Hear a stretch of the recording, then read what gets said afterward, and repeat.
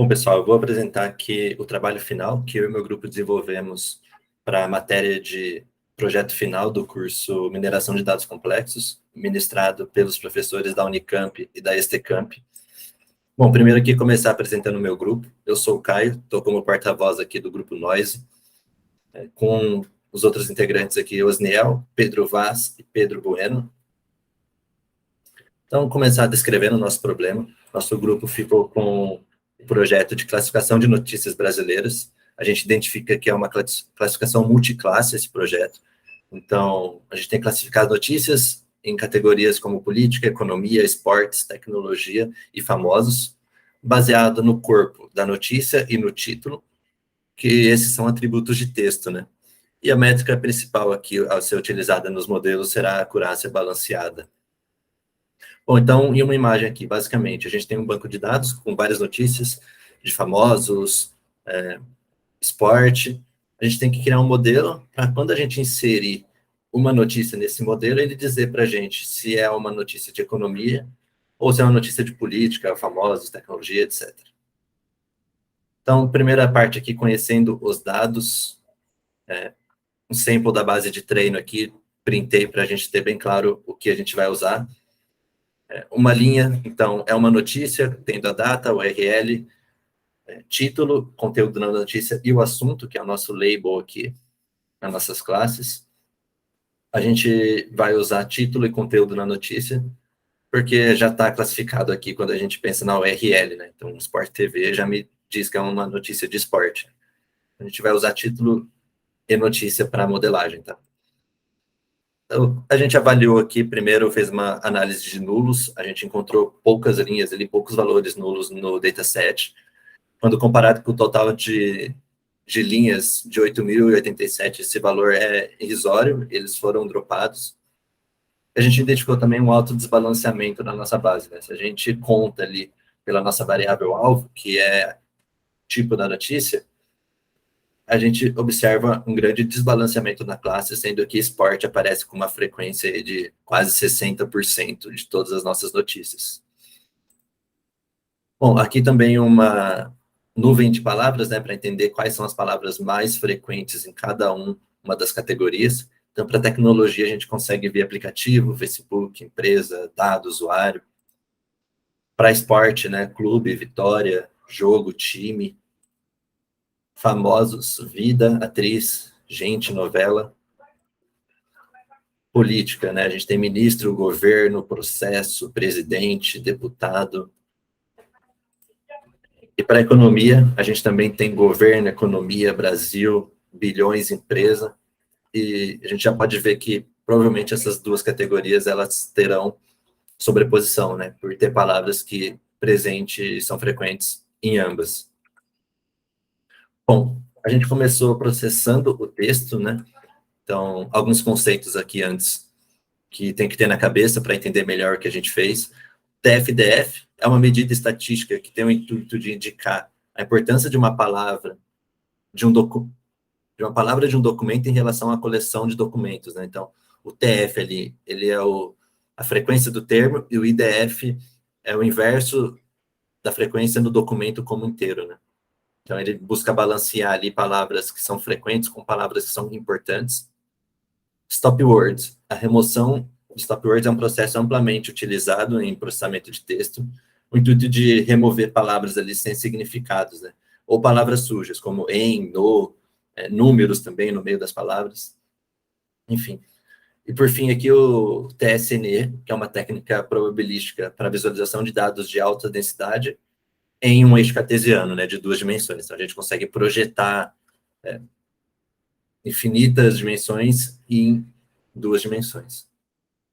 Então, primeiro aqui começamos avaliando o título da matéria, e para isso a gente tem uma matriz TF-DF de 8.080 linhas por 12.000 colunas, onde cada coluna, né, é esse valor TF-DF, quanto mais perto de 1, mais importante é esse termo para aquela linha. E aplicando o TSE, né, para visualizar, a gente consegue ver alguns clusters aqui de das notícias e ver que isso não é bem distribuído, né? Então, algumas notícias aqui se confundem quando a gente olha somente o texto. Somente o título, desculpa. Quando a gente está olhando por corpo da matéria, a gente tem uma matriz bem maior aqui, tem um aumento significativo na quantidade de palavras que geram esse corpo de matéria, né? O que é lógico pensar. E quando a gente olha em dois eixos, a gente consegue ver uma separação muito mais definida aqui, né? Então, os clusters são bem definidos pelo corpo da matéria.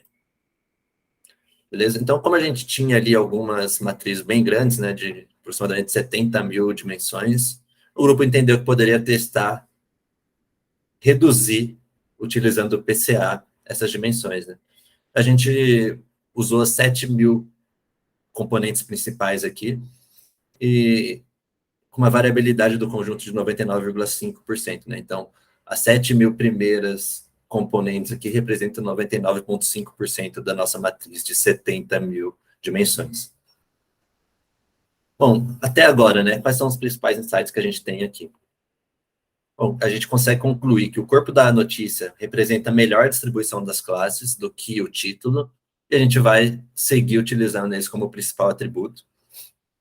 Outra conclusão que a gente tira é que, mesmo com a redução de dimensionalidade na casa de 70 mil features para duas, a gente consegue ver boas separações dos labels ali, como economia, política. Isso indica que a categoria da notícia é bem descrita pelo corpo do texto, né? O próximo passo aqui que a gente deu foi apresentar os modelos, foi criar, né, os modelos que serviriam para a gente de baseline, então modelos mais simples, utilizando somente esse pré-processamento que a gente fez. O primeiro que a gente rodou aqui foi SVM. A gente fez em 3 cenários diferentes, né? A gente usou a ponderação de pesos ali, maneira mais simples de colocar pesos e evitar um efeito causado pelo desbalanceamento. O SVM não ponderado, então a gente queria entender, né, quais são as diferenças entre os dois. E o SVM usando o 7K, as 7 mil primeiras componentes principais aqui. A gente pode ver a acurácia relativa. Melhor desempenho aqui foi do não ponderado, bem próximo aqui do ponderado também, mas o PCA teve um resultado um pouco pior aqui. Então, a gente conclui que as 7 mil primeiras ali não representou tão bem quanto a nossa dataset TF-DF, né? Isso era esperado, só que o ganho computacional não foi suficiente para a gente seguir com o PCA. Tá? O segundo modelo que a gente olhou aqui foi o Randall Forest, também nessas mesmas 3 categorias, ponderado, não ponderado e com PCA. A gente entende que a acurácia relativa melhor aqui é do Randall Forest ponderado, então chegando aí a 95,5%. A gente pode ver problemas comuns aqui, né? Então, economia sendo classificado como política e tecnologia, é bem o que aquela nuvem de palavras ali mostrava no começo, né? O contrário também é verdadeiro, né? Então, a simetria aqui na matriz indica que tecnologia também está sendo classificada como política. Beleza? Aqui, mesma análise para o PCA, tá? Não foi suficientemente bom para a gente. O último modelo que a gente rodou aqui como baseline foi K-vizinhos, então, uma modelagem um pouco diferente aí. Rodamos para o TF-DF, rodamos para o 7K de PCA. Também no PCA aqui não encontramos uma acurácia que justificava a economia computacional, né? Então, a gente seguiu também aqui com o TF-DF. Bom, resumindo aqui, né? O SVM não ponderado foi o melhor modelo que a gente achou. 96 e um quebrado aí de acurácia média no conjunto de validação. E a gente printou aqui alguns erros também para ter uma noção do que estava acontecendo, né? Aonde o modelo estava errando. Então, beleza, a gente pode ver aqui, no mesmo plot lá do TSNE, se a gente destaca os erros, a gente consegue identificar que são notícias que estão nas fronteiras aqui, né? A gente consegue ver maior quantidade de erro nas fronteiras dos clusters aqui, né? Isso é esperado, né? São notícias que se confundem, né? A gente trouxe até um exemplo aqui, então é uma notícia que pertence à política e foi classificada como economia, né? Por entender que tem palavras-chave que são de economia aqui, mas que também refletem no cenário e no contexto político, né? Como salário, serviço, reforma da Previdência, faz parte dos dois universos, né? Tanto quanto política e economia. Trabalhador e regime privado, né? São palavras aqui que podem confundir a modelagem.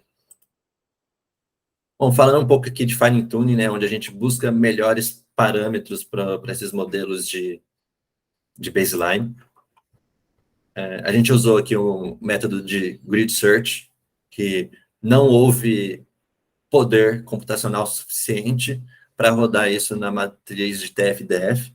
É uma matriz com muitos atributos aqui, né, na casa de 70 mil, e não teve RAM suficiente para fazer isso, tá? Mesmo usando o Google Colab Pro Plus ali, que é a assinatura paga. E para fazer isso para o PCA, que era a redução de dimensionalidade, né, não demonstrou resultados promissores no modelo, então a gente não seguiu com essa abordagem. Por fim, aqui, a gente optou por dar um passo a mais na modelagem de NPL, sendo que o super hot topic aí da área são Transformers e o BERT, que é um modelo aí, não vou me explicar muito aqui, entrar em arquitetura, porque a gente poderia ter um curso para falar só disso. Mas, enfim, o que é esse BERT, né? É Bidirectional Encoder Representations from Transformers, é uma sigla para esse nome aqui. É um modelo de NPL baseado em Transformers, pré-treinado e desenvolvido pelo time do Google, mais específico ali pelo time de linguagens, tá? Tradução, é o time que olha mais para linguagens e traduções. Ele foi publicado em 2018, fez um grande barulho aí na área acadêmica de NPL, e é considerado o estado da arte, é usado em muitas aplicações diferentes. Dá para dar uma ideia da robustez desse modelo, né? Ele tem 2 milhões, um pouco mais de 2 milhões aí de palavras extraídas da Wikipedia e 800 milhões de palavras extraídas do Books Corpus. Então, é bem parrudo mesmo o modelo. E o que a gente usou aqui foi esse BERT de português, né, no repositório Hugging Face, que é uma comunidade aí que compartilha modelagens. Tá. Quando a gente foi treinar nosso BERT, a gente separou, né, a base de treino e validação em 80-20. A gente treinou com 50 épocas aqui para entender e plotar a curva desse modelo, entender quando ele overfitava, né? A gente pode ver que o modelo converge aqui bem rápido, e quanto mais épocas passa, né, ele vai se overfitando no modelo de treino e perdendo aqui a acurácia no modelo de validação. A gente pode ver isso tanto nesse gráfico de acurácia por época, tanto nesse gráfico de loss por época aqui, né? Então, quanto mais você treina o modelo, maior a loss no conjunto de validação e menor a loss no conjunto de treino, né? Isso significa para a gente um overfit. Bom, os resultados do nosso BERT aqui foram um pouco superior aos resultados do baseline, 96,69 de acurácia balanceada. Problemas também nas mesmas categorias, né? Então, economia aqui sendo predictado como política, tecnologia, e economia também sendo predictado como tecnologia e política aqui na simetria da matriz aqui de confusão, tá? Na base de teste, esse modelo desempenhou 96,96% de acurácia balanceada. Um pouco melhor aí. Importante citar que foi o único modelo que a gente rodou para base de teste, tá? Para entender que daria o melhor resultado. A gente verificou que na base de validação ele apresentou o melhor resultado, então foi o único que a gente seguiu para o teste. beleza? Conclusões finais aqui. A gente concluiu que conseguimos tirar diversas conclusões com métodos de visualização durante o trabalho, né? E que gastar um tempo a mais nisso pode te dar insights valiosos que você vai seguir e vai utilizar aí para modelagem, para até assuntos mais avançados. Os modelos simples ali, pensando naqueles modelos de baseline, como o SVM, um comando ali do sklearn roda o modelo, com TF e DF de texto relativamente grandes, né, 70 mil atributos ali, e sanitizados, então a gente fez aquele pré-processamento, isso já era bons resultados, né. O KubeVirt, que é um modelo super complexo, a gente não conseguiu alavancar tanto assim nossos resultados, mas a gente vê que o BERT desempenhou bem com quase ou nenhum processamento na base de treinamento, né? Então, sem remoção de stop words, sem excluir nulos, palavras sujas, enfim, letras maiúsculas, minúsculas ali, sem nenhum pré-processamento, o BERT conseguiu desempenhar bem, mesmo nessas condições, né? E é isso. Muito obrigado, viu, a todos.